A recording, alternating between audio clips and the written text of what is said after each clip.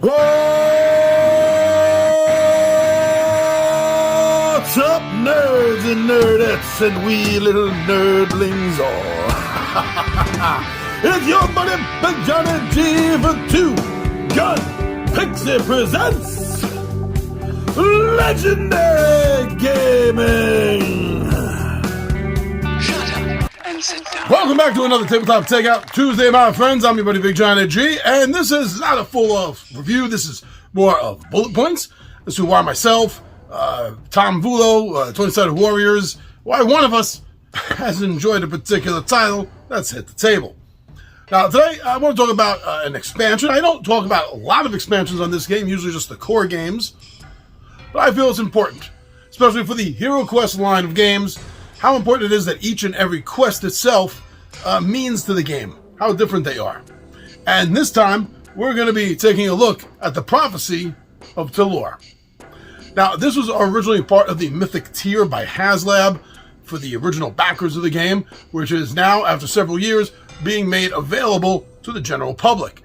I, being a backer, have already had a chance to play and run this game, so let me give you some of the rundowns I have about this. Now, first of all, I just want to say that this is, in the series, this is the first brand new storyline that we really have. Everything else so far has been remakes of the original quests. I gotta say that for being an original, not having any connection to any of the older quests and expansions from the original game, this does a really good job of capturing the feel and making you think that this is just one of the games that's always been. It feels that way. It feels organically correct in the series. They capture the feel with this. It's definitely what I'm saying. Now, there's a new hero. The new hero comes with this set, the Warlock. Now, besides this being the first new expansion, new game, new quest since it's been republished, this is also the first new character that we really get to explore.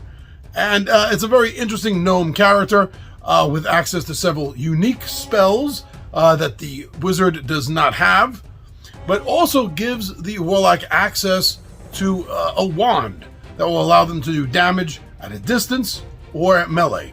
And that is really important. So this character brings a new life to the game, I definitely feel. The new minis that come with this game, yes, it has new minis. Well, not new in the sense of new monsters. All the monsters are the same that we've been facing throughout the game so far. However, there are new molds for these monsters. Not only are there new molds for these monsters, but they look different. They are made to look like they are some sort of ghostly flame color. And it's fitting, especially at the end of the adventure when you understand why they are made to look flamed. But it is nice to see new cuts, new sculpts on some of the old minis. And they look just as awesome as the original minis do. I don't mean the original for the original game. I mean the new cut of the minis that originally came with the new version of the game a few years ago. It looks completely awesome. Great minis. Great job. Now this is a whopping 13-part adventure. So far in the series, if you're playing this correctly according to the order, this is the longest mission, the longest quest thus far that your characters have had to go through. It doesn't really feel that way. It feels just as quick as the rest of them. At least to me it did. I didn't feel like I was going beyond, the sensation of playing more than 10 quests.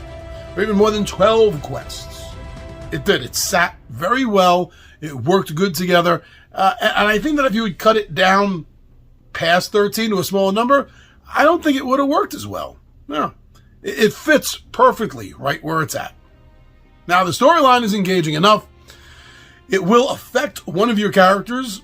Without giving too much away, it will affect one of your characters for most of the quest. Most of the quests here will have an effect on one particular character. Now, it might not be necessarily the same character from mission to mission. It was for me, but that's the way I played it out. You might play it out differently, but yeah. Now, not only is somebody going to be caught in the middle of something, I don't want to give anything away. Not only is someone going to be caught in, having to be a part of something they don't want to be a part of, the story itself is very engaging. What's going on? The back and forth between Malar's spirit, between mentor, you, the characters. And I also like the fact that most of the missions here do give you the option between missions to go shopping. Trust me, you're going to need to stock up on as much stuff as you can. This is not an easy walkthrough.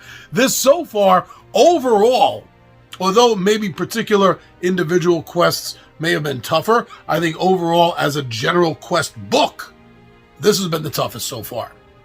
You're going to find new artifacts, new new spells for the Warlock. Warlock spells, you're going to find new artifact cards, new equipment cards, gear cards. It's worth it for that. It is. I like the way it's continuing with the use of spell scrolls.